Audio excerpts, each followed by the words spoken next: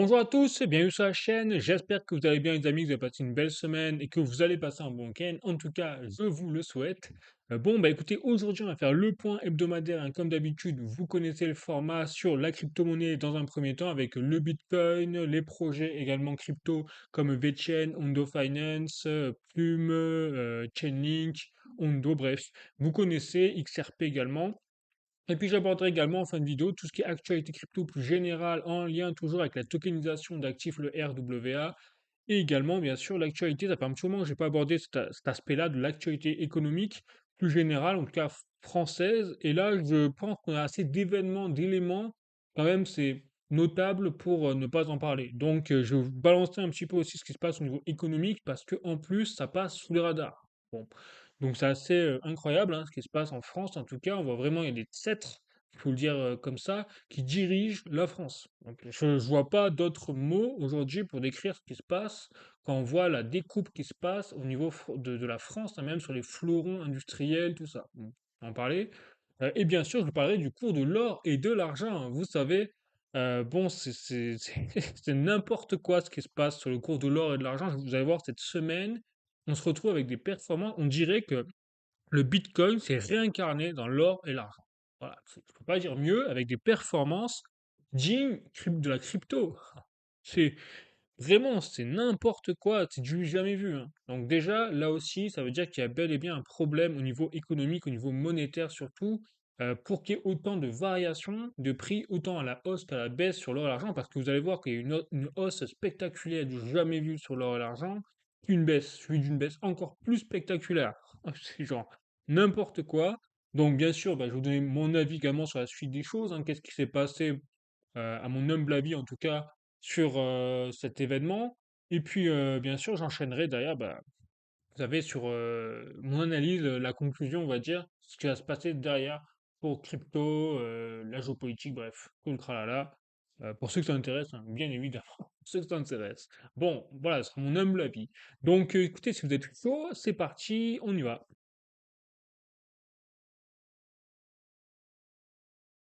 Donc, je commence avec le rapport de Fartile Investor sur les ETF, Bitcoin, Spot, et regardez-moi ça, on a une semaine vraiment, je pense qu'on n'a pas fait pire depuis très longtemps. Il faut mieux rigoler qu'en pleurer, bien évidemment. Donc là, ça commence à être impressionnant, hein, c'est clair, tout ce rouge-là, ce rouge sang, ça nous illumine les yeux, clairement. Mais voilà, nous sommes un total, encore une fois, essayez de dézoomer, s'il vous plaît, les amis de 55,49 milliards de dollars toujours injectés sur les ETF Bitcoin Spot. Donc là, on est en train d'assister vraiment à une panacée totale, à un massacre, et je pense, et je vais faire le lien avec ce qui se passe là, ces derniers temps, là, aujourd'hui, sur l'or et l'argent, parce que c'est justement typique de comment fonctionne la psychologie humaine, c'est-à-dire que, désolé de le dire, mais c'est court terme. On a une mémoire de poisson rouge. Je ne peux pas dire mieux. Et je pense que si vous n'avez pas justement une stratégie, si vous ne savez pas sur quoi vous misez avec des fondamentaux, vous êtes forcément imprégné d'émotions parce que forcément, derrière, dès qu'il y a une chute, le cerveau humain, je pense que ce serait intéressant que des scientifiques, je pense, se penchent là-dessus pour expliquer pourquoi ça fait directement très peur et ça allume plein de signaux en fait dans la tête en disant bon, faut retirer, machin, c'est la fin du monde, tout le tralala. Bon, donc là c'est intéressant parce que vous voyez, on voit que c'est du rouge, on voit bien que sur Twitter, la cryptosphère, les réseaux sociaux, on voit qu'il y a plutôt un consensus que c'est la fin pour le Bitcoin, que ça y est, c'est le bear market. Bon, voilà. Alors que quand on dézoome, voilà, je me permets juste de vous montrer ce graphique-là comme la semaine dernière pour rassurer, parce que je pense qu'on a un niveau là de peur quand même extrême où on a tout simplement la courbe des ETF avec les capitaux cumulés au fur et à mesure injectés sur le marché des ETF Bitcoin Spot. Et regardez, est-ce que vous avez l'impression que c'est la fin du monde quand on voit les capitaux cumulés au fur et à mesure sur les ETF Bitcoin? J'ai pas vraiment l'impression, quand je vois cette courbe-là, je vois qu'il y a eu une correction, je vois qu'il y a eu un plateau, en fait, à ce niveau-là, mais je vois pas d'effondrement là. Voilà, et donc si je vous prépare comme ça, c'est que je vais vous passer après les nouvelles qui sont bonnes sur cet aspect-là. Donc le roulement, on va dire, basique, fondamentale sur les ETF Bitcoin Spot, il est encore très bon. On est en train juste d'observer pour l'instant, en tout cas à l'instant T, une correction, une crise peut-être de profit, de la peur également engendrée bah, justement par le fait que le Bitcoin, il fout rien là depuis 2 mois, il est dans un range, donc ça fout un peu les boules à tout le monde, et je veux bien l'entendre et c'est compréhensible, mais c'est important de dézoomer justement pour ne pas s'embarquer trop dans la peur et ne pas faire n'importe quoi en fait. Donc, je continue. Donc, ça, c'est pour vous dire, c'est Bitcoin à l'instant T. Pareil pour Ethereum, c'est moins impressionnant parce qu'il y a moins de rouge, donc ça fait moins mal aux yeux. Mais effectivement, là aussi, on a eu quand même plus de sorties que d'entrées largement, hein, puisqu'on est, je pense, sur la moyenne de la semaine à moins 300, moins 400 millions de dollars, en fait, de flux sortants, hein, sur les ETF, Ethereum, Spot. Mais pareil, là aussi, quand on dézoome et qu'on reprend derrière les capitaux totaux injectés sur les ETF Ethereum, nous sommes encore à 12,2 milliards de dollars de flux sur Ethereum. Bon, et là aussi, quand on prend la courbe comme Bitcoin, hein, ben là, cette fois, c'est sur Ethereum, mais la courbe cumulée des flux entrants au total en termes de millions de dollars en plus sur les ETF spot Ethereum, eh bien, vous voyez que là aussi, c'est exactement comme Bitcoin, on a la même courbe. Au final, à plus petite échelle de liquidité. Bon, donc moi, quand je vois un graphique comme ça, je suis pas paniqué, quoi. Je veux dire, voilà, il faut attendre un peu. C'est le maître mot, je pense, aujourd'hui, c'est la patience, clairement. Donc c'est pour ça que, à moi, enfin, je suis pas conseiller financier, hein, je vous rappelle, j'ai pas la science infuse, je suis pas devin, j'ai pas de boule de cristal. Enfin, donc tout ce que je peux dire à mon niveau, c'est que personnellement, en tout cas, eh bien, c'est plutôt une optique là, moyen, long terme, et que court terme, on voit effectivement que le chaos ambiance qui se passe, eh bien, faut être capable d'avoir une stratégie. Et si vous voulez miser sur la crypto-monnaie, il faut viser, bah, en fait, un peu comme l'or et l'argent, désormais plutôt le moyen long terme. Parce qu'on voit qu'il n'y a rien qui est respecté là au niveau des cycles. On n'a pas eu vraiment d'alcon season, enfin, même pas du tout. Bon, on nage un peu en terrain inconnu là, en fait. C'est clairement.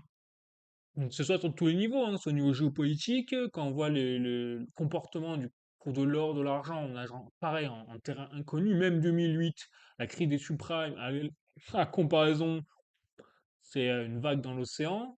Bon, donc prudence, je pense, est maître mot, mais surtout, c'est pour ça que vous devez avoir votre propre opinion et surtout votre propre stratégie, c'est-à-dire que si vous êtes dans le Bitcoin, l'or, l'argent uniquement par exemple pour vous faire du bifton sur le court terme, peut-être qu'il faut revoir aujourd'hui la copie.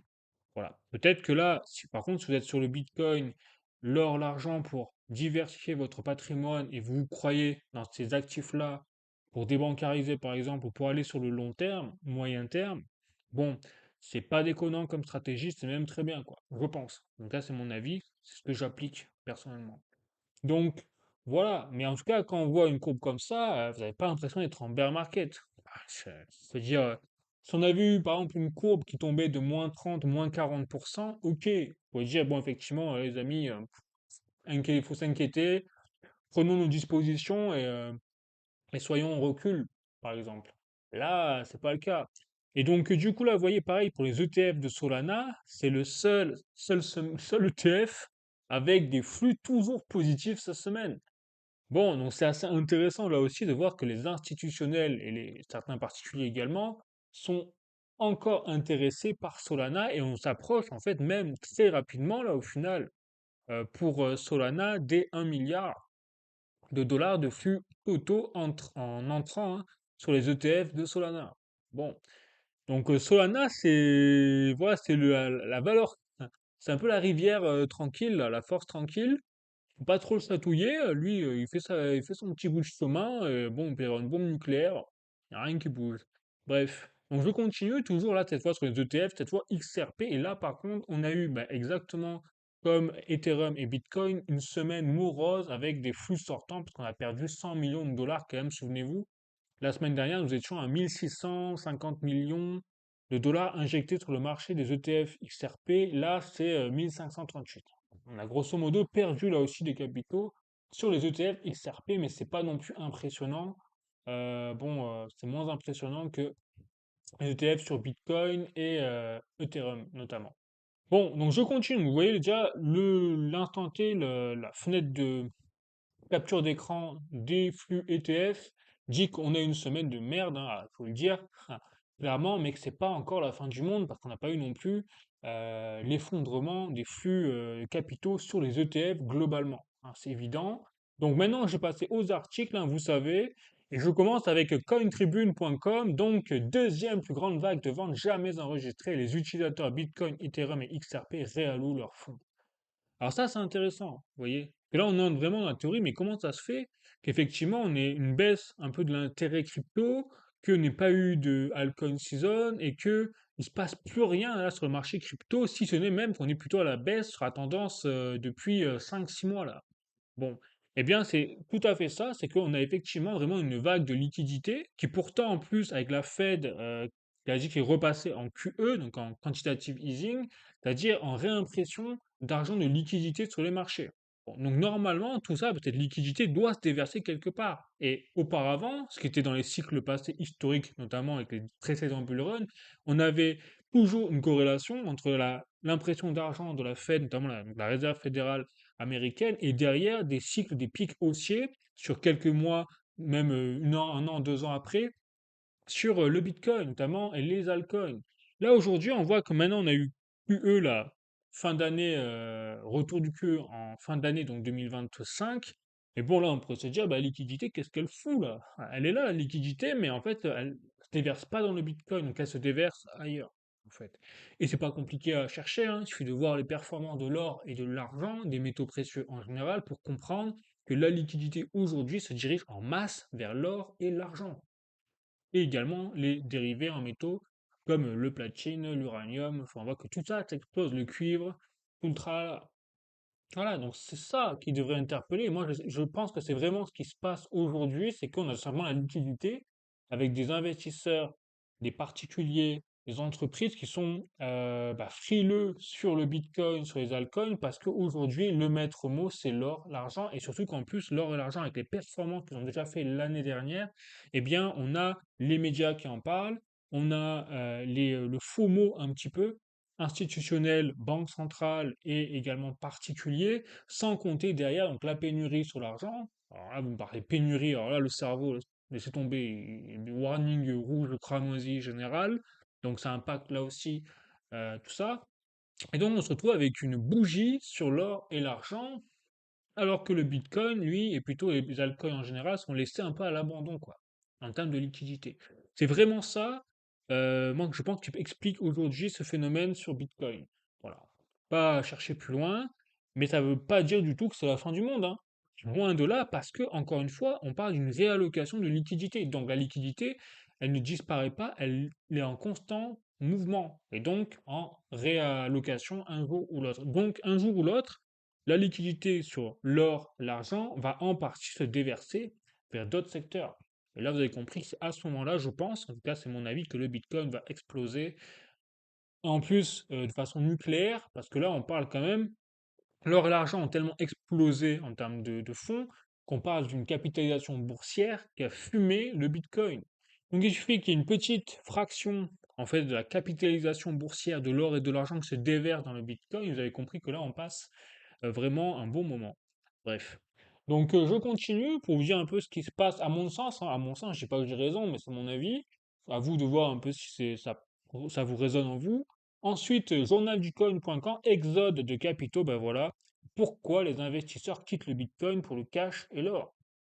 Bon, donc il y a le phénomène que je vous ai dit, vous voyez, mais il y a aussi tous les problèmes géopolitiques, l'incertitude ambiante, la peur forcément que ça engendre sur son patrimoine financier, et également derrière tout ce qui est la chute du dollar. Parce que là, cette semaine, on a vu hein, Trump volontairement est en train de faire chuter le dollar pour rendre les États-Unis plus compétitifs en fait au niveau du commerce international. Donc on va avec le tarif douanier, le Groenland, j'en passe, c'est des meilleurs. Donc tout ça fait qu'on a aussi un effondrement quelque part de la confiance des gens, de manière générale, je pense, dans les monnaies fiduciaires. Dollar, yen, enfin, euro, tout ce que vous voulez. Donc forcément, bah, le plus solide pour faire la contrepartie par rapport à ça, c'est l'or et l'argent. Le Bitcoin n'est pas encore assez, je pense, légitime, du moins aux yeux des particuliers, n'est pas assez démocratisé pour vraiment, dans ce contexte-là, être adopté en masse. Par exemple, à contrario de l'or et de l'argent. Bon. Donc c'est ça, c'est vraiment intéressant. C'est vrai, on vit une époque de fou quand même, hein. Quand on y pense, c'est mémorable, ce sera dans l'histoire, hein. Clairement, ce sera dans les livres d'histoire. En train de vivre quelque chose d'assez incroyable. Donc je passe à cryptost.fr. Donc 60% des plus grandes banques américaines sont désormais ouvertes au Bitcoin. Voilà pourquoi je pense que, encore une fois, là, on a aujourd'hui un Bitcoin et des crypto-monnaies qui sont totalement sous-cotées par rapport à ce qui se passe. Parce que, eh bien, encore une fois, je pense que beaucoup de personnes font l'erreur de se concentrer trop sur les prix. C'est ce qui se passe d'ailleurs avec pour l'or et l'argent. Ben, on a un FOMO actuellement parce que les prix sont tellement hauts que ça attire toujours plus. Vous savez, c'est ça en fait, hein. On a compris maintenant la logique humaine, hein, clairement, quand on est soumis aux émotions. Et donc, par contre, au moment où le Bitcoin lui prend la sauce et qu'on voit qu'il y a un consensus de on délaisse le Bitcoin, eh bien, que font les institutionnels, les entreprises? Voilà, ils construisent réellement des services et des choses sur le Bitcoin. Et là, on parle quand même de 60% des plus grandes banques américaines sont ouvertes au Bitcoin. Je ne sais pas si vous vous rendez compte, là aussi, l'évolution. Et ça, c'est confirmé par le fondateur de Coinbase suite à son passage au forum de Davos. Donc pendant que monsieur, madame, tout le monde, entre guillemets, je suis désolé de dire ça comme ça, mais là, c'est de dire, bon, le Bitcoin, c'est de la daube, on a perdu 30 000 dollars là, en quelques mois. Les banques, les institutionnels, eux, préparent en fait le prochain bull run, quoi, entre guillemets, la prochaine explosion du Bitcoin et des crypto-monnaies. Donc, encore une fois, c'est justement dans ces périodes-là qu'il faut, qu'il faudrait, dans l'idéal, acheter du Bitcoin. C'est au moment où c'est pas. Alors, je suis pas en train de vous dire que c'est maintenant là qu'il faut vous acheter du Bitcoin. Je suis en train de vous dire qu'aujourd'hui, c'est une période de consensus de bear market et que c'est pas mal comme fenêtre de tir pour pourquoi pas effectivement se mettre dans le Bitcoin. Mais ça ne veut pas dire que le Bitcoin ne peut pas encore coûter de 50% pour aller jusqu'à 50 000, 40 000 dollars. C'est tout à fait possible. Voilà.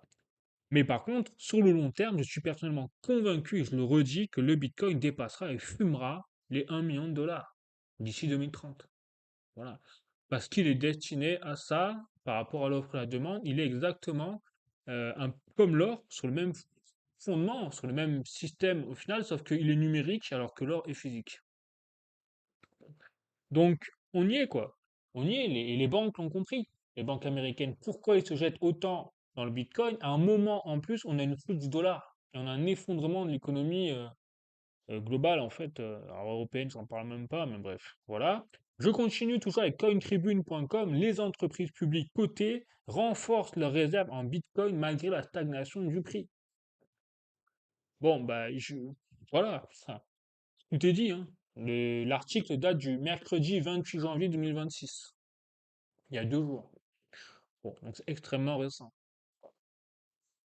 Voilà ce qui se passe. Donc c'est pour ça l'importance de dézoomer. Et j'ai pas fini, hein, je continue pour vraiment vous montrer ce qui se passe quand même, ça c'est fou. Journalducoin.com, Tether veut devenir la banque centrale de l'ombre, 140 tonnes d'or pour défier JP Morgan et HSBC. Donc là c'est plutôt dans le cadre de l'actualité sur l'or et l'argent, hein, donc je vous l'ai foutu là, effectivement, désolé.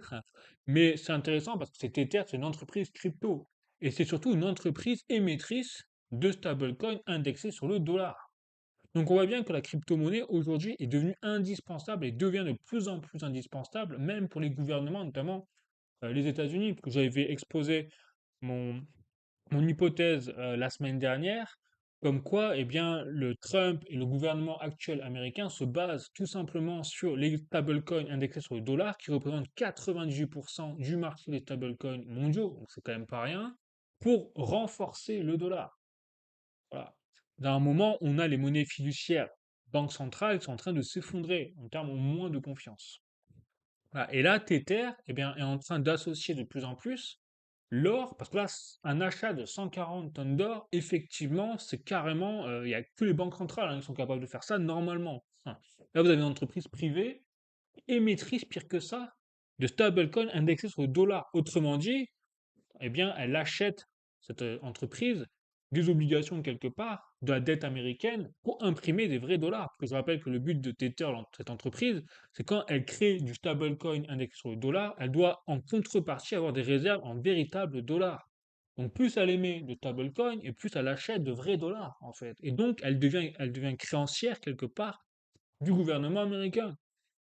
Voilà le secret un peu, je pense, de Donald Trump, je le redis, pour relancer la machine à cash qu'est le dollar, à la base, hein, à la base.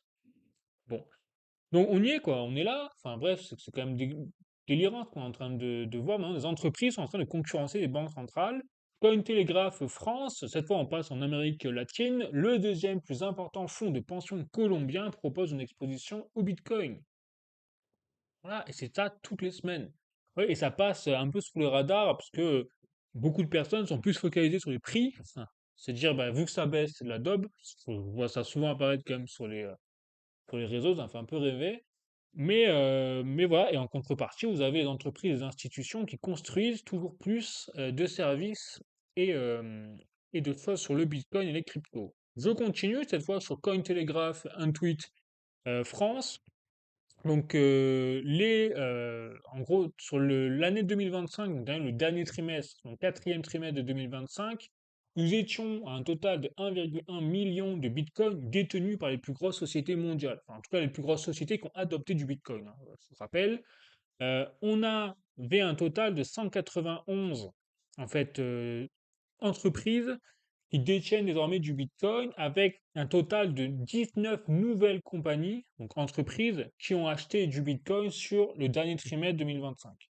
Donc pendant qu'on a eu le flash crash d'octobre, eh bien vous avez des nouvelles entreprises qui sont quand même rentrées dans le Bitcoin à coût de centaines de milliers, voire de millions de dollars. Bon. Donc c'est assez intéressant ce qui se passe, et surtout vous voyez que le rapport là, de Bitwise estime qu'effectivement au quatrième trimestre 2025, regardez, nous avons eu une courbe aussi toujours plus forte de l'achat de Bitcoin, puisqu'il y a 73 763 Bitcoins qui ont été achetés par ces entreprises au dernier trimestre 2025. Donc on voit que 2025, malgré le fait que la performance en prix de Bitcoin ait été négative, hein, je rappelle, de moins, je sais plus combien, moins 10%, je crois, moins 14%, à vérifier, je vous dis peut-être des bêtises, hein, je suis désolé, mais elle a été négative, ça c'est sûr.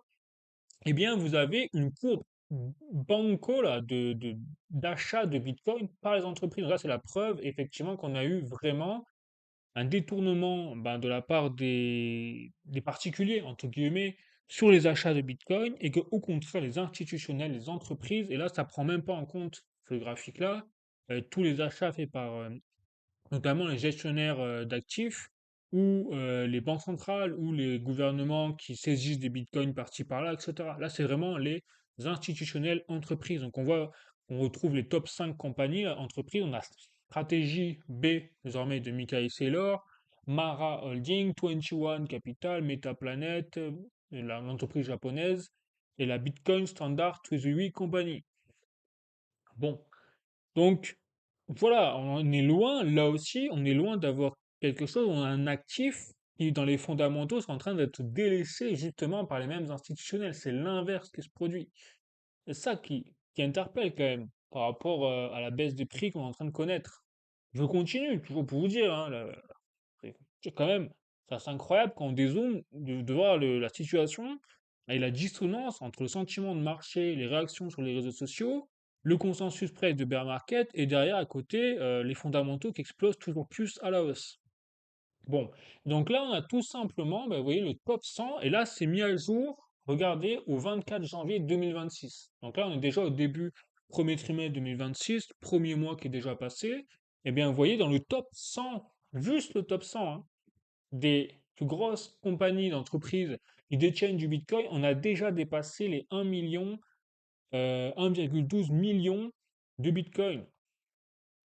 Voilà, donc vous avez vu qu'au quatrième trimestre 2025, nous étions à 1,1 million de Bitcoin. Là, nous sommes déjà à 1 120 000 Bitcoin. Et pour les 100 plus grosses entreprises, donc je rappelle qu'il y avait dans le rapport de Bitwise 191 entreprises, le double. Voilà. Donc, bon, on voit que c'est en train de partir en vrille, en fait. C'est en train de partir en vrille. Ça veut dire qu'on a encore là, premier mois 2026, plus d'entreprises qui ont toujours plus acheté du Bitcoin. Et effectivement, vous avez rien que Stratégie qui est désormais à 709 715 Bitcoin. Il y a eu tout ça déjà. C'est en train de fumer le reste du marché. Enfin, clairement. Bon, et ça devrait interpeller. Et là, Je ne parle même pas, par exemple, des ETF. Ah, et oui, on a BlackRock, on n'en parle même pas là. Là, c'est vraiment les entreprises qui détiennent du Bitcoin réellement dans leur portefeuille, dans leur trésorerie, tout simplement. Après, quand vous accumulez les ETF, machin et tout, vous avez en fait déjà, vous avez compris, la moitié du supply Bitcoin qui est au final même plus disponible pour les gens comme vous et moi, quoi. Bon, voilà. Bon, ça aussi, ça devrait quand même interpeller. Je comprends pas, moi. Donc ensuite, Cointelegraph, toujours voilà, sur le Bitcoin, 60% ouais, du top 25 des plus grosses banques sont en train de construire des produits Bitcoin. Ça rejoint ce que je vous disais au niveau de l'article tout à l'heure. Donc là, effectivement, on a quelque chose mis à jour avec notamment donc là la liste justement des 25 plus grosses banques américaines. Vous retrouvez JP Morgan, Bank of America, Citigroup, et donc les produits ou alors les services liés au Bitcoin qui sont en train, ou qu'ils ont annoncé, ou qu'ils n'ont pas encore du tout par exemple, explorer. Et là, on a JP Morgan, et ben, le trading, ça y est, ils ont annoncé que JP Morgan, ils allaient mettre en place le trading de Bitcoin dans les temps qui viennent. La Bank of America n'a pas encore débrayé, mais je vous rappelle que la Bank of America a conseillé à tous ses clients d'avoir 4% de Bitcoin dans leur portefeuille. Mais ils n'ont pas encore de service. Mais déjà, ils ont dans la mentalité carrément de, enfin, je sais pas si vous vous rendez compte quand même, de conseiller à leurs clients d'acheter du Bitcoin. Quel monde on est, quoi. Citigroup, bah, eux, c'est les plus avancés avec ils ont exploré la détention de Bitcoin. Et bientôt, voilà, en gros, les institutionnels peuvent faire du trading de Bitcoin via Citigroup. Mais là, vous avez compris que sur tout le reste, je ne peux pas faire toute la liste. Vous avez compris, vous l'avez, vous pouvez faire un screenshot et regarder. Vous avez compris que aucune encore n'a vraiment, à part le PNC Group, réellement annoncé détenir une trésorerie de Bitcoin dans leur portefeuille. Là, on parle des 25 plus grosses banques mondiales. Je ne sais pas combien ça représente en termes de trillions. Là, on parle de trillions de dollars de gestion d'actifs. Mais vous avez compris que là, on n'a qu'une seule banque, la PNC Group, qui a juste annoncé et lancé la détention de Bitcoin. Mais quand ça va être les 25, parce que ça va arriver. D'ailleurs, vous avez vu que la State Street, HSBC aux États-Unis, la filiale, Fifth Third et quelques, notamment la US Bank, Citigroup et la BNY Mellon, eh bien, ont annoncé effectivement et sont en train de mettre en place justement l'achat de Bitcoin pour leurs clients. Ah, ça devrait interpeller ça aussi. Mais du coup, toutes les autres banques, elles vont suivre, forcément. La Bank of America, JP Morgan. Donc là, on parle de trillions de dollars qui vont encore se déverser où? Bah, vers le Bitcoin. Bon, moi, j'ai pas envie de faire un dessin, quoi. Et ensuite, Cointelegraph toujours, vous voyez, très intéressant là aussi, et justement le pouvoir de dézoomer. Bon, donc là, parce que là, on est vraiment dans la tête dans le guidon, je pense, et c'est vrai que bah, l'humanité a du mal à dézoomer. D'ailleurs, on le voit, hein, on n'apprend pas les leçons, on n'apprend jamais les leçons du passé. Bon, donc d'où l'importance, pour ça, de mettre ce graphique-là enfin, en évidence. Et là, on a en fait un tweet, donc de Cointelegraph, qui fait référence à un propos de Eric Balchunas de Bloomberg, analyste en fait. Et donc, il déclare simplement à travers ce graphique que depuis 2022, donc 2022 c'est bon, c'est il y a 4 ans, hein, pas si loin, et bien sur 4 ans, simplement, depuis 4 ans, le Bitcoin a fait une performance de 429%. Il est encore, à ce titre, le Bitcoin, l'actif le plus rentable et performant sur les 4 dernières années. Le Bitcoin, il a fumé l'or, l'argent, le S&P 500, les actions boursières, la totale. Voilà. Donc là aussi, le pouvoir, l'importance de dézoomer par rapport aux situations et d'avoir la capacité, surtout ce que je vous disais, si vous pouvez, bien évidemment, après c'est propre à chacun, de viser le moyen long terme. Et d'ailleurs, c'est ce que dit Warren Buffett, hein, je rappelle, c'est que il dit que ce qu'il fait, au final, Warren Buffett, c'est pas si compliqué. C'est-à-dire que lui, tout ce qu'il a fait, Warren Buffett, alors bon, il dit ça parce que il a réussi, on va dire, mais fondamentalement, ce qu'a fait Warren Buffett, c'est acheter des actions et viser en fait le long terme. Il n'a pas fait forcément de l'achat-revente court terme sur 6 mois, du trading ou autre. Non.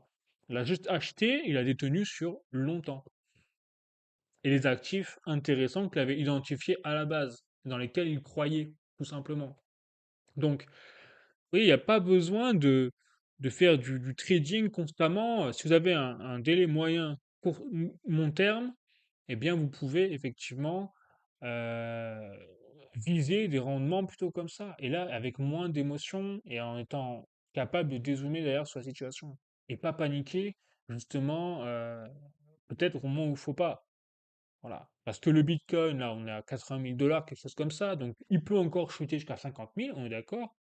Mais j'ai déjà des échos personnellement de personnes qui ont déjà vendu leur Bitcoin. Ils avaient acheté à 110 000, ils ont vendu à 85 000. Bah, ils sont en perte. Ils ont perdu du Bitcoin. Non seulement ils ont perdu de l'argent, mais en plus ils sont dégoûtés. Alors que autant dans 2 ans, dans 3 ans, plus, bah, leurs investissements de base, s'ils avaient attendu, bon, bah, peut-être qu'ils auraient fait un x10, quoi. Voilà, c'est ce qui s'est passé exactement pour depuis 2022. Parce que je rappelle que les personnes qui avaient acheté notamment en 2021, ça, au pic du Bitcoin, quand j'étais à 60 000 euros le Bitcoin, bon, bah après on a eu un massacre à tronçonneuse, effectivement, pendant 2 3 ans, c'est clair. Et puis derrière, c'est repassé à 120 000. Donc 100 000 euros, quoi. C'est 100 dollars, 120 000 dollars, donc 100 000 euros. Bon. Donc c'est pour ça l'importance aussi de pouvoir jouer, et donc sur le long terme, moyen long terme, et surtout donc du coup de miser de l'argent bah, que vous pouvez justement vous permettre de ne pas utiliser sur le court terme en fait. Vous n'en avez pas besoin sur le court terme. Sinon c'est là où vous êtes en danger, quelque part. Voilà, mais là, c'est l'importance aussi de dézoomer sur une situation comme ça, parce que quand on dézoome, bon, bah, le Bitcoin reste le meilleur actif quand même, et de très loin par rapport au reste. Voilà. Donc je continue, voilà. Donc c'est pour ça que je vous dis la conclusion sur le Bitcoin, moi personnellement, je reste ultra bullish. Voilà, je ne suis jamais caché, hein, je vous le dis. Il y a juste le court terme qu'on peut pas mesurer parce que c'est impossible. Personne n'a le boule de cristal et c'est trop volatile. Et le monde aussi géopolitique, parce que tout est maintenant connecté, enfin tout est lié, tout événement ont des impacts sur non seulement le Bitcoin, mais sur, bah, on voit l'or, l'argent, tout. Donc tout ça fait que c'est impossible pour n'importe quelle analyse de prédire avec précision ce qui va se passer dans les 2, 3, 4 prochains mois. Voilà. Par contre, sur le moyen et le long terme, vous avez un sentiment solide de long terme. Bah, moi personnellement, je suis archi convaincu que le Bitcoin, l'or, l'argent, ils vont tout simplement remplacer le système économique monétaire mondial à terme. Et d'ailleurs, c'est pas un hasard que le BRICS, notamment l'alliance Brésil, Inde, Chine, Russie, Afrique du Sud, ait mis en place l'étalon or avec leur monnaie unique. Ça, bien sûr, on n'entend parler nulle part hein, dans nos journaux propagande. Bon, voilà, et donc avec l'étalon or derrière. Donc c'est pour ça que les banques centrales aussi des BRICS, notamment Moyen-Orient, Asie et tout, achètent autant d'or, avec des tonnes d'or au niveau des banques centrales, parce qu'ils en ont besoin désormais pour remettre en place leur étalon or, pour les échanges internes aux BRICS, en fait.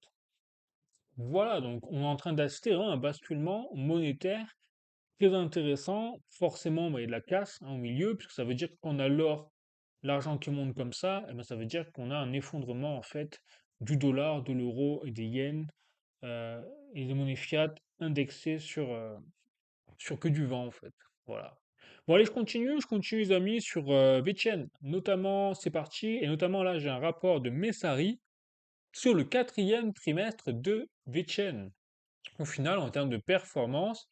Et ils ont mis donc leur metrics en avant avec le total de nouvelles adresses connues et bien qui ont monté de 9,4% d'une année sur l'autre. En fait, on est passé à 14,4 millions de nouvelles adresses. On a les déploiements de smart contracts qui ont aussi explosé au quatrième trimestre de VeChain avec 11,2% de performance. Et enfin, la TVL de l'écosystème DeFi de VeChain effectivement, qui elle aussi a explosé de 124,9% pour aller atteindre un 2,1 millions de dollars. Voilà. Bon, après, encore une fois, ce quatrième trimestre 2025, ils ont comparé par rapport en fait au Q, donc c'est-à-dire soit year to date, c'est-à-dire d'une année sur l'autre, soit d'un trimestre sur l'autre, quarter to quarter. En fait, donc, c'est pas très révélateur parce que si on fait la comparaison par rapport au précédent cycle historique, VeChain est très loin d'avoir ses performances. Bon. Mais malgré tout, on voit que ça reprend du poids de la bête, donc c'est positif.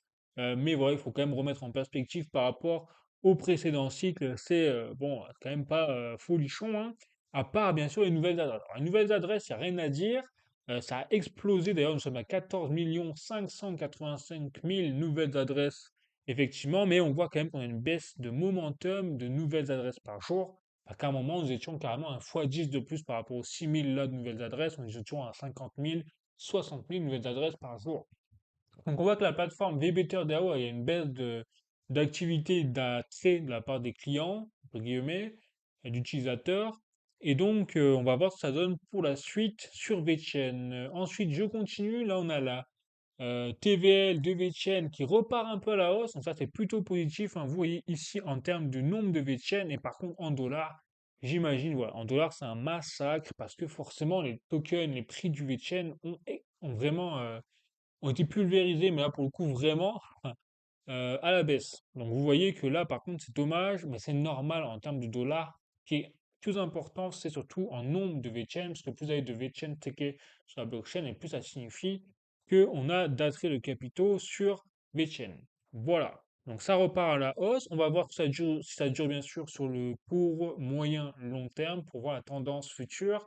Mais au moins, c'est plutôt bon signe. Et ça, c'est vrai que ça se stabilise autour des 192,46 millions de VeChain bloqués dans la TVL. Voilà, donc VeChain, bon, pour l'instant, ils continuent leur route. Moi, je reste plutôt confiant parce qu'il y a des énormes fondamentaux au niveau du RWA et surtout, VeChain, c'est une niche très particulière où ils sont en train de tokeniser carrément les actions physiques de la vie de tous les jours sur, sur la plateforme VBTR DAO avec les utilisateurs et autres. Ah, donc c'est très intéressant, mais par contre, il faut vraiment qu'ils commencent à faire le virage là et à reprendre les partenariats industriels et les services liés aux industries, aux entreprises. Bon, donc on va voir ce que ça donne par la suite, mais pour l'instant, on est plutôt sur une phase descendante. On verra jusqu'après la reprise, parce que je pense qu'il y aura une reprise sur VeChain sur l'année 2026, pourquoi pas. Allez, je continue toujours. Donc là, je passe au RWA financier, hein, vous savez, avec Undo Finance notamment. Et bien sûr, eh bien, l'événement qui sera déroulera donc le 2 février 2026, donc la semaine prochaine, hein, ou le 3 février, pardon, donc avec le Hondo Global Summit.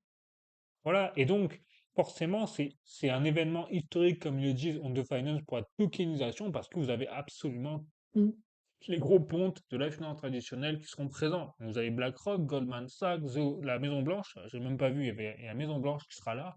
Alors ça, c'est complètement lunaire. Fidelity, BNY, DTCC et plus encore. Enfin, toute la liste, je vous la montrerai juste après. Mais c'est vraiment une folie comme on ne l'imagine même pas. Et bien sûr, c'est même étonnant qu'on n'en parle même pas dans nos médias, nous. Parce que là-bas, aux États-Unis, ça commence à faire du bruit quand même, la tokenisation d'actifs. Et ça commence à faire beaucoup de bruit même, quand on voit d'ailleurs les métriques sont en train d'exploser. Vous allez voir, c'est impressionnant. Derrière, sur le site rwa.xyz. Allez, je continue toujours avec Hondo Finance. Donc la tokenisation est inévitable. Effectivement, on a eu carrément d'une année sur l'autre une explosion de la TVL de Hondo d'un x 4, tout simplement. Donc la majorité des TVL sont éclatées au sol là, en ce moment, même celle du Bitcoin. Eh bien, on voit que là, Hondo, eux, ils connaissent pas la crise, ils sont vraiment en train de tout pulvériser sur leur passage. Et donc, ce qui est intéressant, c'est qu'ils ont montré aussi l'arrivée, vous voyez, de la TVL en termes d'agrandissement par rapport au blockchain. Donc là, vous voyez que Hondo Finance sont en train vraiment de faire exploser à eux tout seuls, en fait, la tokenisation sur la blockchain Ethereum, hein, avec notamment le Hondo Global Market. Après, vous avez Solana également qui prend une bonne place, là, très sympathique. Vous avez Arbitrum, bon, qui est plutôt récent et qui, effectivement, on ne voit pas trop sur le graphique. Vous avez également Polygon et la BNB Chain qui est arrivée quand même plutôt récemment, là, début d'année 2026, fin d'année 2025, avec notamment bah, la Binance Smart Chain. Voilà. Donc on voit que le marché, la tokenisation d'actifs sur Ondo, en tout cas, il est vraiment largement dominé par Ethereum et de très loin. Et derrière, vous avez également Solana qui arrive.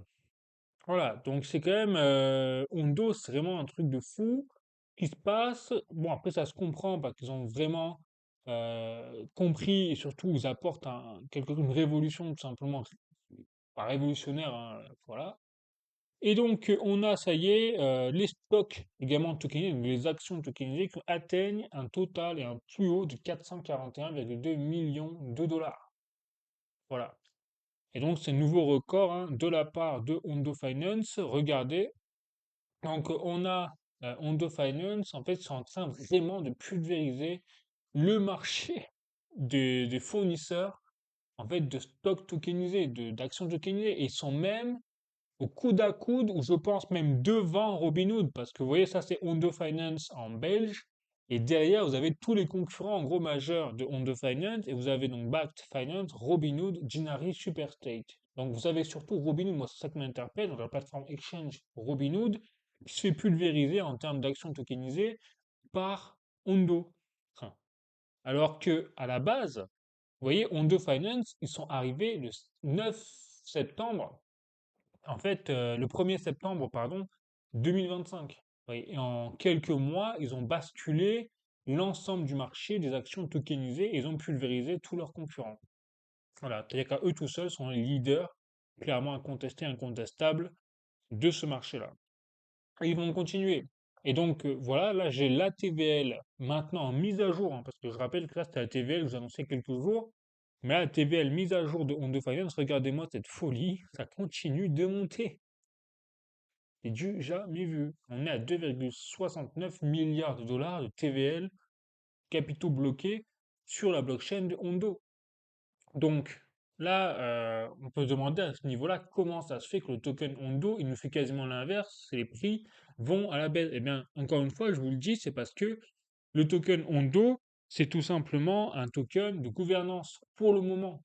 Mais le jour où ils vont débloquer l'utilité, ils vont mettre le lien réel entre la blockchain Hondo, le Hondo Global Market et tout le reste avec le token Hondo, bah, je pense que ça va être vraiment, on va assister à une bougie verte comme on l'a jamais vu. Hmm. On ne serait pas étonné en tout cas, clairement. Parce que quand je vois une TVL comme ça, à un moment où en plus le sentiment de marché dans la peur sur la crypto-monnaie dans l'ensemble, au niveau général, et qu'on a des TVL qui sont plutôt moroses hein, sur l'ensemble du marché, c'est quand même assez extraterrestre ce qu'ils nous font Hondo. Bon, je continue les amis, donc cette fois je vais passer à Chainlink, hein, bien sûr, l'autre majestueux projet dans le RWA, et donc ils annoncent un nouveau partenariat avec Turtle, mais là aussi c'est quasiment toutes les semaines comme ça, avec des nouveaux partenariats, nouvelles utilités pour Chainlink, nouvelles adoptions aussi. Donc là, Turtle, je rappelle que c'est le champion en tout cas un des champions de tout ce qui est la liquidité sur les blockchains au niveau institutionnel. Donc là, eh ben, Turtle, ça y est en train d'utiliser exclusivement, en plus ils le disent, le modèle CCIP et la technologie DataFeed pour justement eh bien, mettre en place tout ce qui est la liquidité au niveau des infrastructures, enfin plutôt de l'infrastructure de liquidité et les supports pour les institutions majeures, donc les banques, enfin total quoi. Et donc, ils font ça avec l'aide de Chainlink. Donc là, on est en train de parler de milliards de dollars encore. Folie, quoi. Je continue. Et donc là, on parle rien que cette semaine. Vous voyez, il y a eu 14 nouvelles intégrations du standard Chainlink à travers donc 3 services et 8 blockchains différents. Donc on parle d'Arbitrum, Base, Concordium, Ethereum, Moonbeam, Plume, Polygon et Tron. Donc à travers ces blockchains, vous avez eu 14 en fait nouvelles intégrations des services Chainlink pour des entreprises, des institutionnels ou tout simplement des projets DeFi. Truc de fou! Vous voyez, donc toutes les semaines, ça explose vraiment à la hausse pour Chainlink, simplement. Donc là, on voit qu'on a vraiment dans le RWA une adoption de masse, hein, au niveau général, sur le RWA, la crypto-monnaie, tout. Donc, en contraste total avec ce qui se passe aujourd'hui sur, bah, on est en bear market en gros, hein. On entend les propos des réseaux sociaux, le consensus, c'est vraiment ça. Bref, allez, je continue. Alors que je pense, moi, personnellement, que 2026 sera l'année, vraiment l'année charnière de l'adoption du RWA. Je continue, cette fois, je passe à Plume. Et donc là, c'est intéressant parce que là aussi, Plume, ils sont défoncés, clairement, au niveau des prix, même au niveau de la TVL, hein. Même au niveau de la TVL, je vous montrerai. Donc, je vous avais averti déjà au niveau de la TVL il y a 2 semaines, la semaine dernière. Bon, ça se passe pas très bien pour Plume en termes de TVL, c'est même étonnant. Mais c'est intéressant parce que là, ils ont fait exactement un peu leur comeback en termes d'articles marketing si je puis dire. Et donc, ils rappellent en fait pourquoi ils sont intéressants, tout simplement, hein. Et c'est vrai que bah, ils ont raison, parce que déjà le premier point, c'est ça, je vous le rappelle, que Plume, c'est le premier projet crypto dans le RWA à être enregistré en tant qu'agent de transfert auprès de la SEC, c'est-à-dire la grande arme boursier américain. Voilà. Donc rien que ça, je rappelle que c'est quand même un énorme point dans le RWA, surtout sur un projet qui vise à mettre en place des infrastructures crypto RWA avec les plus gros institutionnels mondiaux, enfin, même américains, là-dessus. Et donc là aussi intéressant, c'est quand je vois la TVL, ben effectivement, je vous la remontre, il n'y a pas d'évolution, c'est un massacre, surtout que là, c'est à la fois en nombre de plumes et à la fois en dollars. Bon, vous voyez, c'est un massacre. Clairement, il n'y a rien à dire. Alors voilà, donc faites très attention, c'est pour ça que je réitère mes propos, attention à ce projet en termes de liquidité, d'avoir un massacre. Les fondamentaux en termes de mise en place de partenariats, on l'a vu, ils sont plutôt solides avec notamment la nouvelle auprès de la SEC. Par contre, il y a vraiment une peur, je pense, ou un retrait de capitaux massif sur la blockchain de Plume. Donc là aussi, faites très attention, les amis, parce que je ne serais pas étonné qu'on ait un massacre bientôt là au niveau des prix sur le token Plume quand je vois une TVL comme ça. Enfin, c'est pas possible, quoi. Et par contre, c'est là où c'est étonnant, c'est ça, c'est quand je vous dis que les fondamentaux sont pourtant au rendez-vous, c'est qu'on a, vous voyez, des métriques qui repartent à la hausse, et pas qu'un peu. Vous voyez, là, par exemple, sur les distributed asset value, on a plus 76,62% eh bien, de performance sur les 30 derniers jours.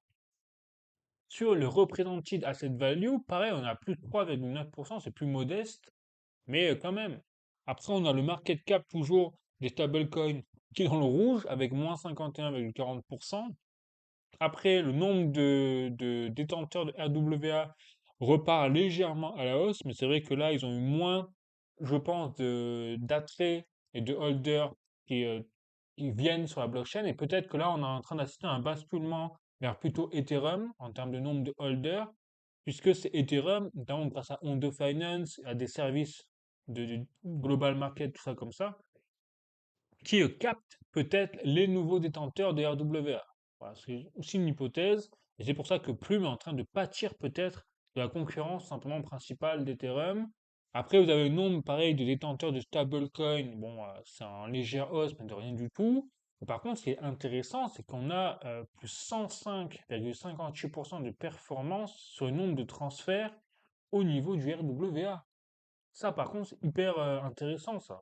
Ou pareil pour le nombre de transferts de stablecoins sur les 30 derniers jours, plus 90,79%. Donc là où c'est intéressant, c'est qu'on voit aussi au niveau du graphique, vous voyez ici des métriques de plume, qu'on a l'arrivée du Hondo US Dollar Yield. Ça, c'était pas là avant. Eh ouais. Donc ça veut dire que Plume est en train de aussi grignoter les parts de marché à Ethereum, notamment même sur le global, Ondo Global Market avec notamment le US Dollar Yield.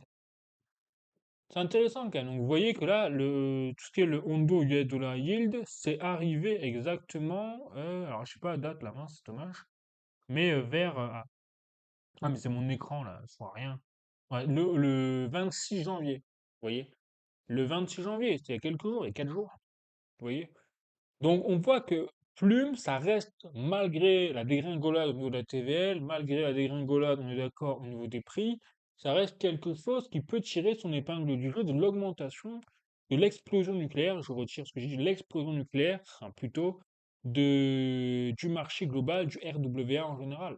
Pourquoi je dis ça? Parce que derrière, là j'ai les metrics du Hondo, enfin pas du Hondo, du Global Market Review, du RWA.xyz de façon générale. Je vais même mettre à jour pour avoir vraiment en temps réel les derniers chiffres. Et regardez, nous sommes désormais à 25,25 milliards de dollars de distributed asset value. Par rapport à la semaine dernière, on est déjà à plus 2 milliards. Enfin, souvenez-vous, c'est-à-dire, regardez-moi cette folie. Nous étions la semaine dernière, donc au 21 janvier 2026, à peu près quand j'ai fait ma dernière vidéo, à 22 milliards pardon, de dollars. Là, en fait, on a 25,25, on a pris 3 milliards, en fait, en une semaine sur le marché du RWA. Donc, on voit que ça s'accélère même. Bon. Et regardez-moi la folie qui est là, c'est ça, là. Plus 36,82% du nombre total de holders de RWA.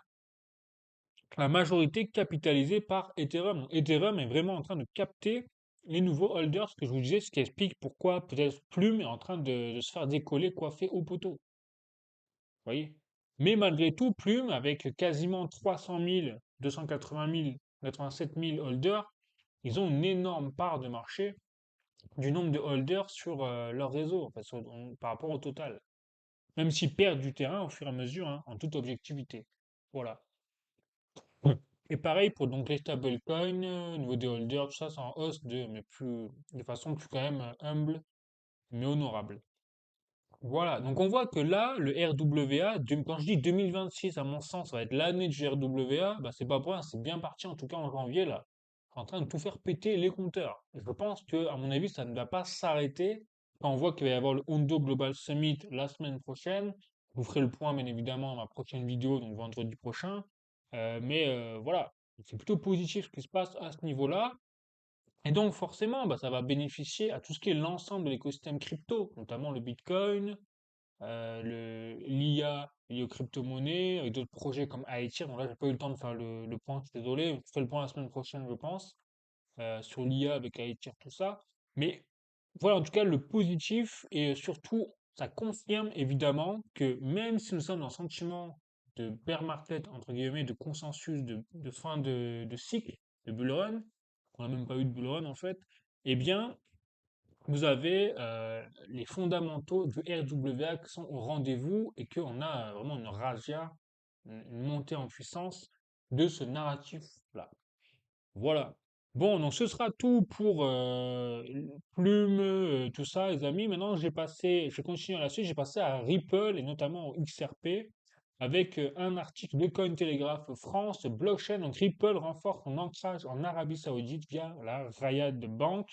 Donc l'accord entre Ripple et Riyad Bank illustre l'intérêt croissant des institutions pour la blockchain, notamment dans les domaines des paiements, de la conservation d'actifs et de la tokenisation à l'échelle mondiale. C'est un nouveau partenariat. Donc là aussi, tokenisation sur fond de paiement. Cryptost.fr, JP Morgan révolutionne les règlements intersociétés en partenariat avec Ripple. Donc là, on voit que Ripple est en train vraiment de tout défoncer sur son passage, hein, parce que là, ils ont des partenariats, ils enchaînent vraiment du lourd. Donc JP Morgan, voilà, la banque JP Morgan annonce un partenariat avec la filiale G3UI de Ripple afin de développer un mécanisme de compensation des paiements performant pour la multinationale Franklin Electric. Donc là, dans la même phrase, vous avez compris qu'on a tué tout le game là au niveau des partenariats. Bon, donc de quoi révolutionner la gestion et l'efficacité des règlements intersociétés. Donc là, on a clairement Ripple qui vient d'annoncer à travers ce partenariat concurrencer le réseau SWIFT bancaire. Bah oui, parce que normalement, les paiements intersociétés, on a compris que ça passe normalement par des banques classiques qui font des virements entre elles via normalement le réseau SWIFT bancaire. Mais là, vous avez JP Morgan, en fait, qui passe par la filiale G2E de Ripple, en fait, pour créer un système, faire des paiements inter, donc société, à travers Ripple. Voilà, bon, à travers la filiale G2E. Bon, donc délire, quoi. Délire. Donc Ripple aussi largement sous-coté, enfin XRP hein, du coup, largement sous-coté par rapport à ce qui se passe. Cryptost.fr, donc plus de 40% des commerçants américains acceptent désormais les crypto-monnaies, selon PayPal. Donc comme je vous dis, ouais, une lame de fond, 4 commerçants américains sur 10 accepteraient désormais les crypto-monnaies selon un rapport de PayPal. Donc on est vraiment sur, nous l'Europe, on a encore un train de retard mais monumental et je vous parle même pas de la France, hein. La France, vous parlez de crypto-monnaie dans la rue, mais on vous regarde avec des billes comme ça encore. Un peu moins qu'avant, certes, avec un peu de curiosité, mais pas au point de franchir le pas. Il suffit parlez-en autour de vous. Bon, nous, on est entre passionnés, on se comprend, mais je pense que voilà, vous voyez ce que je veux dire. Enfin, si vous avez parlé de crypto-monnaie avec votre famille ou autre, ou à Noël notamment, c'est là où c'est le plus marrant. Bon, bah c'est pas simple, quoi. C'est pas simple pour faire comprendre. Donc, vous voyez qu'aux États-Unis, dans le reste du monde, de manière générale, même en Asie, notamment en Chine, alors peut-être pas en Chine, parce que ça va, c'est interdit encore, mais même la Russie, le Vietnam, Philippines, tous ces pays-là, et même des pays d'Afrique, notamment les pays d'Afrique qui sont en faillite économique quasiment, comme le Nigeria par exemple, eh bien vous avez une énorme utilisation de la crypto-monnaie.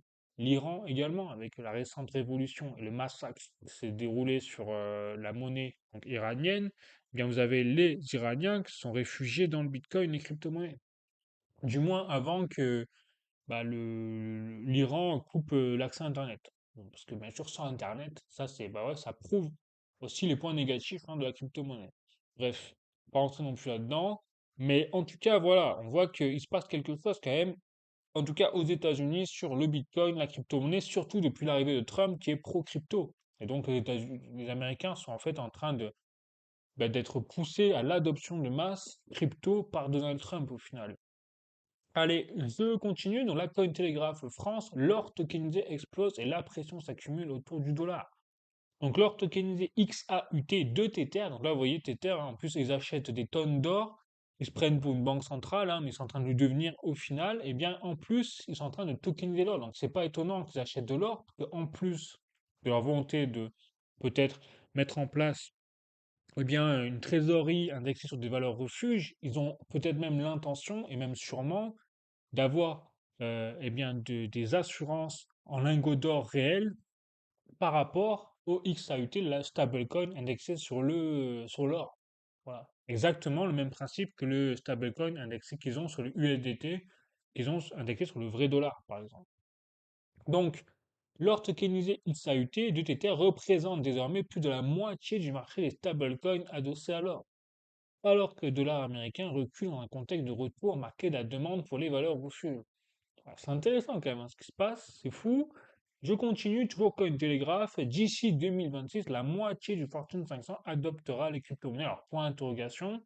Mais en tout cas, c'est l'avis de la présidente de Ripple, notamment Monica Long, qui affirme que la blockchain devient la couche opérationnelle de la finance moderne et que les bilans mondiaux détiendront 1000 milliards de dollars d'actifs numériques, c'est-à-dire 1 trillion de dollars. Je rappelle que tout ça, bien sûr, sera indexé sur le RWA en majorité, parce que la couche opérationnelle de la finance moderne, ce n'est rien d'autre que le RWA. Vous avez compris. Donc, si elle pense qu'on a 1 trillion de dollars d'actifs numériques qui vont s'injecter dans les bilans mondiaux, ça représente une évolution assez phénoménale quand on voit que quand je prends notamment les chiffres ici, nous sommes à 25,25 milliards de dollars actuellement. Donc l'évolution quand même est assez incroyable, en sachant qu'un trillion c'est 1000 milliards. Donc on est très loin des 1000 milliards qu'on voit le marché actuel du RWA. Donc l'évolution potentielle est phénoménale. Allez, je continue. Cette fois, j'ai passé aux actualités économiques. Et alors, là, c'est moins marrant, c'est moins sympa et c'est moins, voilà, moins réjouissant quand même. Parce que là, je suis sur latribune.fr. Une forte dégradation au quatrième trimestre. Le chômage bondit en France. Et il n'a pas bondi qu'un peu, hein. Il a bondi de 2,6% au quatrième trimestre 2025. C'est énorme pour un pays comme la France, quoi. Enfin, je veux dire, 2,6% de chômage comme ça en un trimestre. Mais ça sort d'où ça? Ah voilà, enfin, bah, ça veut dire simplement faillite des entreprises et donc bah, explosion du chômage. Autrement dit, nous sommes en récession, hein. Enfin, quand on a des chiffres comme ça, ce n'est rien d'autre de moins que la récession, chose qu'on a l'air de nous cacher depuis quand même quelques années, mais bon, pourquoi pas. Mais ce qui met en colère, par contre, pour le coup, pour tout patriote digne de ce nom, c'est ça, c'est Le Monde.fr, la vente de LMB, entreprise française de défense, en plus de défense, quoi, au groupe américain Loar, une polémique que le gouvernement tente d'éteindre. Bah, ils peuvent toujours essayer, mais voilà, enfin. Donc on a l'impression vraiment nous, d'être dirigés par des traîtres, je réitère mes propos, hein, quand on voit ce genre de choses. Et le pire, c'est que c'est pas tout. C'est-à-dire que là, vous voyez, j'ai un tweet de Moni Radar qui a fait la liste au final sur les années des ventes de nos fleurons stratégiques, clairement, au monde entier, quoi. Donc 2026, bah là, depuis le début de l'année, donc même pas un mois là, un mois, on a vendu donc LMB Aerospace, que je vous disais, au groupe Loar des États-Unis, Exaion, en fait, à Mara Holding, qui achète du Bitcoin, hein. Vous avez vu, c'est le deuxième plus gros détenteur Mara Holding de Bitcoin au niveau mondial. Bon, soit dit en passant, le monde est petit, quoi, on va dire, hein. Exaion, on a vendu, donc on est en train de vendre tout ce qui est aluminium Dunkerque, Bon, bah, c'est pas qui, il a pas marqué. Abivax également aux États-Unis. En 2025, on a eu Opella, Biogarant, Amolit Pharma et Patokesk. Et vous avez remarqué qu'on vend toujours au même, c'est les États-Unis et la Grande-Bretagne. Ils sont pas dans l'Union européenne, hein. Voilà. Donc on a vraiment des traîtres. C'est pas, comment dire, à la tête de la France, hein. C'est l'Union européenne. Ils sont capables de vendre, en plus, même pas à l'Union européenne, mais genre aux États-Unis, quoi. Et, et au Royaume-Uni. Ouais, donc ils peuvent vraiment se mettre des lunettes, ça ne prend à rien, c'est pour des traîtres. Voilà. Donc bon, comme ça, mais il est temps quand même je sais pas, de se réveiller ou voilà, mais bon. Allez, je continue. Du coup, Google Finance, et là, vous voyez vraiment, bah, c'est ce que je veux vous dire, c'est l'impact que ça a, de manière générale, cette actualité économique sur la France, notamment, on le voit ici, c'est l'évolution, vous voyez, de la bourse depuis bah, le maximum, c'est-à-dire depuis les années 86. Vous voyez, j'ai 86 là au maximum. Et donc, la courbe en fait, de nos actions boursières, quoi. Il y a le CAC 40, il y a le S&P 500, il y a le Nikkei japonais. J'ai vraiment voulu faire le point pour vous montrer où on en est. Donc, vous avez vu que le CAC 40, vous voyez, on avait vraiment une étape supérieure, c'est-à-dire qu'on était la meilleure bourse, en fait, mondiale, jusque dans les années 2010, à peu près. C'est-à-dire jusqu'à la crise des subprimes, en gros, hein, en gros. Et derrière, on a commencé à se faire pulvériser. Voilà. Alors que nous étions devant le S&P 500 et devant largement le Nikkei en termes de performance, c'est-à-dire l'indice boursier japonais. Et regardez, depuis là, la première fois, c'est-à-dire que ça on n'en parle nulle part, hein, mais en termes de performance, la bourse Nikkei japonaise a battu le CAC 40 une première depuis 1997. Voilà. C'est-à-dire que, et avant, bon, en fait, avant, il n'y avait pas vraiment de chiffres pour le CAC 40. Voilà. Mais c'est-à-dire que nous, on a connu vraiment un beau CAC 40 de 1997, 1999, pardon, jusqu'à aller 2010, à peu près. Ça s'est à peu près tenu la route par rapport au reste du monde. Et d'ailleurs, on dit toujours que la France, il y a 30 ans, c'était le top, quoi. Voilà. Et depuis, on voit que, bah, on est en sous-performance et de loin par rapport au S&P 500, j'en parle même pas. Donc les États-Unis nous ont fumé, ça n'a même plus rien de comparer. Mais même le Japon, eh ben, ça y est, ils nous ont, en termes de performance, là, battus en fin d'année 2025. Voilà. Ça veut tout dire. Ça veut dire que nous, la France, on est vraiment. Et quand on voit justement nos fleurons industriels qui sont vendus comme ça, bah forcément, on comprend qu'il y a des gens qui opèrent pas pour notre bien, en fait. Clairement.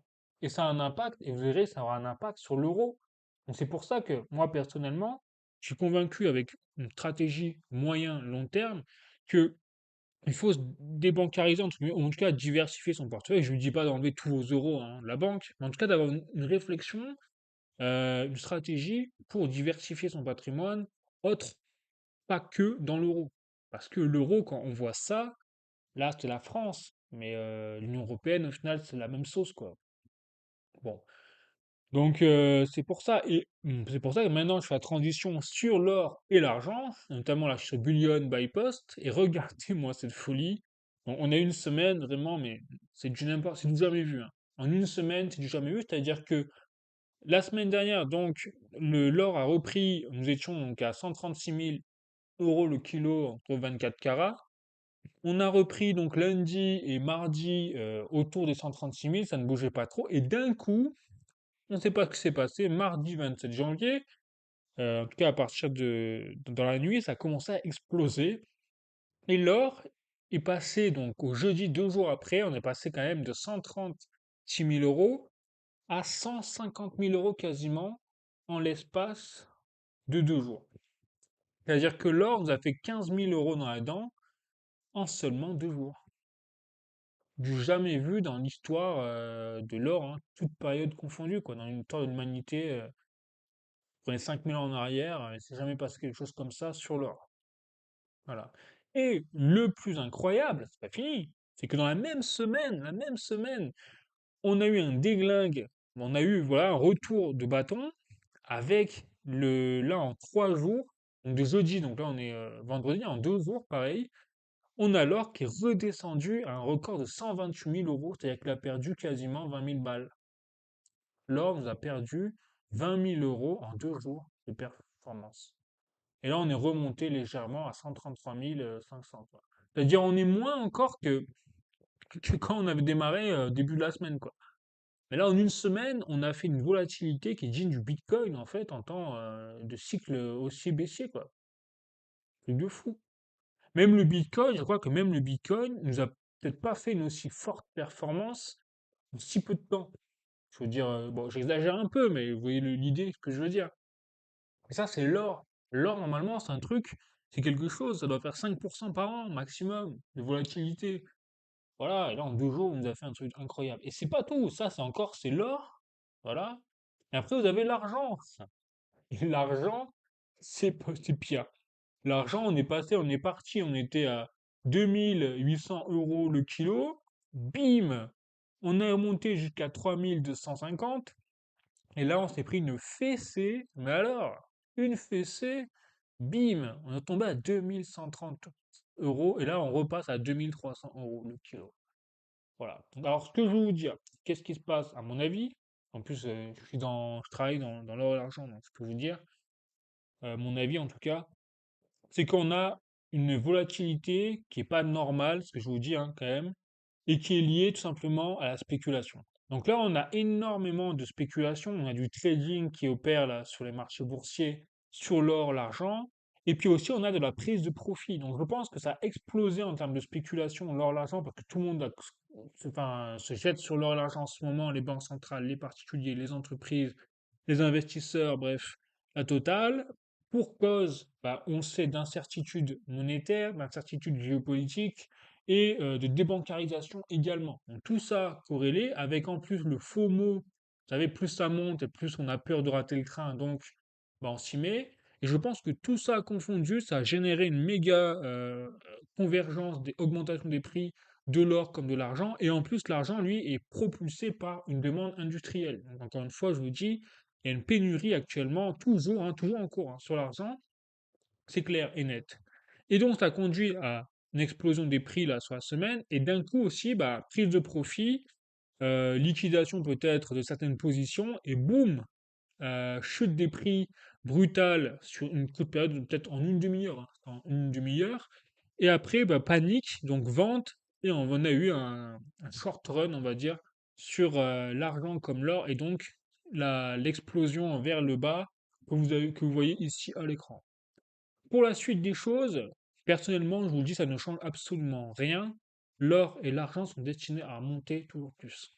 Voilà. Parce que tant que vous avez de l'incertitude monétaire, de l'incertitude géopolitique, de la débancarisation, c'est-à-dire la perte de confiance dans les systèmes économiques actuels, dans les monnaies et surtout dans les banques centrales, eh bien, l'or est destiné à monter précisément parce que c'est la valeur refuge par excellence, et l'argent, en plus d'être la valeur refuge, il y a toujours une pénurie d'argent pour les industriels. Donc, bah ça, les industriels, ils n'ont pas trop le choix que de commander cela. Et le choix qu'ils auraient, c'est de passer au cuivre pour certains composants. Et je dis bien certains, parce que vous ne pouvez pas changer l'argent comme ça, technologiquement, sur certains produits comme ça du jour au lendemain. Donc, ça c'est le cuivre, le remplaçant de l'argent, sauf que le cuivre manque de peau et aussi une pénurie. Donc, euh, donc c'est le bordel, quoi. Voilà pourquoi je vous dis, ne vous inquiétez pas.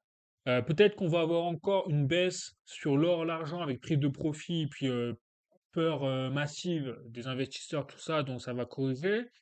Mais bon, sur l'année 2026, moi je vois encore l'or exploser et surtout l'argent nous faire encore une très belle performance. Je ne serais pas gêné qu'il fasse un x2, x3. Voilà, je vous le dis. Surtout que nous, enfin, moi je vous le dis, hein, j'ai toujours plus accès, je n'ai pas accès avec une agence, aux pièces, notamment argent moderne. Tout simplement parce qu'il n'y a toujours pas assez d'argent pour fabriquer ces pièces. Donc je ne peux pas les commander pour mes clients. Voilà, donc je vous le dis, hein, au passage, c'est toujours la merde au niveau de l'argent, donc ça va monter, quoi. Bon. Donc là aussi, il faut prendre son mal en patience. Et ce qui est très intéressant aussi, ce qui va être intéressant à voir, c'est qu'avec cette chute de l'or et de l'argent, est-ce que la liquidité, parce que la liquidité là, où elle est passée? Ah bah, pourquoi pas dans le Bitcoin et les altcoins. Donc, je ne serais pas étonné. On va voir si ma théorie tient, retenez bien. Si la semaine prochaine, comme on a eu un gros flash crash sur l'or et l'argent, là, juste avant le week-end en plus, donc le marché ferme, bon, eh bien, on va voir si à la reprise lundi ou dans le week-end, on va avoir une augmentation des prix du Bitcoin et des altcoins. Parce que la liquidité va peut-être faire une rotation vers cela. Comme certains investisseurs vont avoir peur désormais de se mettre dans l'or et l'argent parce qu'il y en a eu un premier signal comme quoi, oh, attention, c'est possible d'avoir des flash crashs sur l'or et l'argent. Est-ce qu'on va pas rebasculer sur le Bitcoin? Ça, je ne serais pas étonné. En tout cas, ça va être intéressant à analyser, à observer. Voilà. Bon, sur ce, les amis, bah, sinon sur le reste, je vous fais ma petite conclusion hein, pour la suite des choses. Je reste extrêmement confiant sur le Bitcoin, extrêmement confiant sur les altcoins en lien bien sûr avec le RWA, hein, pas n'importe lesquels, juste RWA, également l'IA, donc l'intelligence artificielle. J'en ai pas parlé aujourd'hui, je n'ai pas fait le point parce que je n'ai pas le temps, mais je vous ferai la semaine prochaine. Et l'or, l'argent, bah, je suis toujours méga bullish tant que c'est le bordel, hein, tout simplement. Pas chercher plus loin. Donc voilà. Donc n'hésitez pas à vous intéresser aussi ou à renseigner quand même au franc suisse si vous voulez quand même avoir quelque chose de débancarisé européen, c'est-à-dire ne plus être dans l'euro, mais rester malgré tout sur quelque chose indexé sur une banque centrale. Bon, bah, le franc suisse, c'est le moins pire, hein, entre guillemets. Voilà. Bon, sur ce, bah, écoutez, j'espère que vous avez aimé la vidéo, vous avez appris des choses. N'hésitez pas à mettre un like hein, si vous avez appris des choses, aimé la vidéo, soutenir la chaîne. N'hésitez pas à vous abonner également, ça fait toujours plaisir parce que plus on est de fous, plus on rigole. Et puis sinon, je vous dis un très bon week-end et je vous dis à la semaine prochaine pour une nouvelle vidéo. Et puis la bise, ciao.